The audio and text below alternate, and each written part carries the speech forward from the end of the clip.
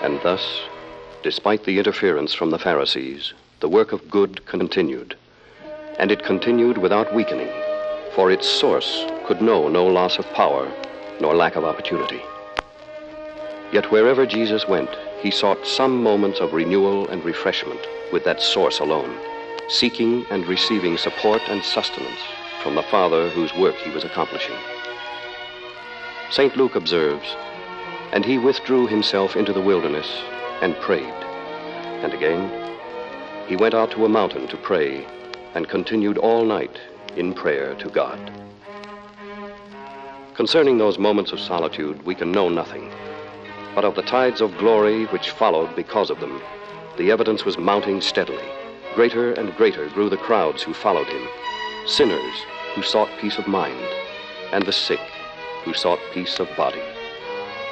They came, and still they came, though tenderly he told them many times that he must go to other cities and other places where men waited.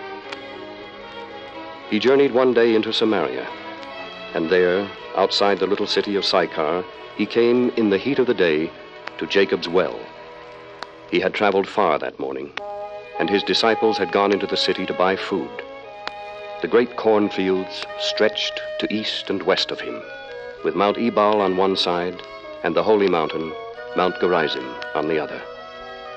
He was both tired and thirsty as he rested on the low wall of the well. Now it was that a woman of Samaria drew near for water. It was odd that she should come at noon and not in the early morning when the women did, but that might be because of what the other women knew of her. Come she did, though, and Jesus rose to ask a little favor of her. "Give me to drink." "How is it that thou, being a Jew, askest drink of me, which am a woman of Samaria? For the Jews have no dealings with the Samaritans." "If thou knewest the gift of God, and who it is that saith to thee, 'Give me to drink,' thou would have asked of him, and he would have given thee living water." "Sir, thou hast nothing to draw with, and the well is deep. From whence then hast thou that living water? Art thou greater than our father Jacob, which gave us the well, and drank there, and his children and his cattle?" "Whosoever drinketh of this water shall thirst again. But whosoever drinketh of the water that I shall give him shall never thirst.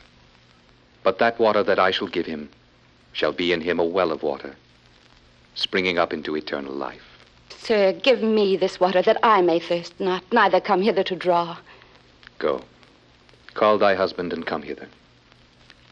"I have no husband." "Thou hast well said, I have no husband. Thou hast had 5 husbands, and he whom now thou hast is not thy husband. In that sayest thou truly." "Sir, I perceive that thou art a prophet. Our fathers worshipped in this mountain, and ye say that in Jerusalem is the place where men ought to worship." "Woman, believe me, the hour cometh when ye shall neither in this mountain or in Jerusalem worship the Father. Ye worship ye know not what.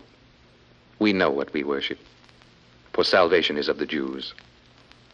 But the hour cometh, and now is, when the true worshippers shall worship the Father in spirit and truth, for the Father seeketh such to worship him. God is a spirit, and they that worship him must worship him in spirit and in truth." "I know that Messiah cometh, which is called Christ. When he is come, he will tell us all things." "I that speak to thee am he." Thus, the first clear revelation of himself as the Messiah was given to a woman regarded as a sinner, and so that the people among whom he moved would know that it was the sinners that he came to save.